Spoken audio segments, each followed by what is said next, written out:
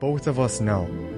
You will deny it, but both of us know that there's some version of you deep down that wishes that you hadn't done this, that wishes that you hadn't faked your death, and that wishes that you didn't manipulate my friends and kill them, and do all these things to me,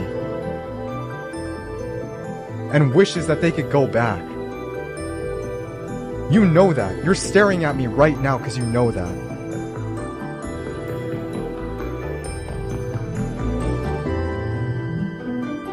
Weefies, when I leave this place, when I get out of this prison, just know, even after all that you did, I never lost hope in you. Realistically, there's nothing you can do alone that's better than something we can do as two people.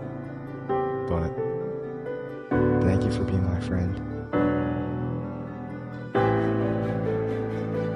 Anytime, dude.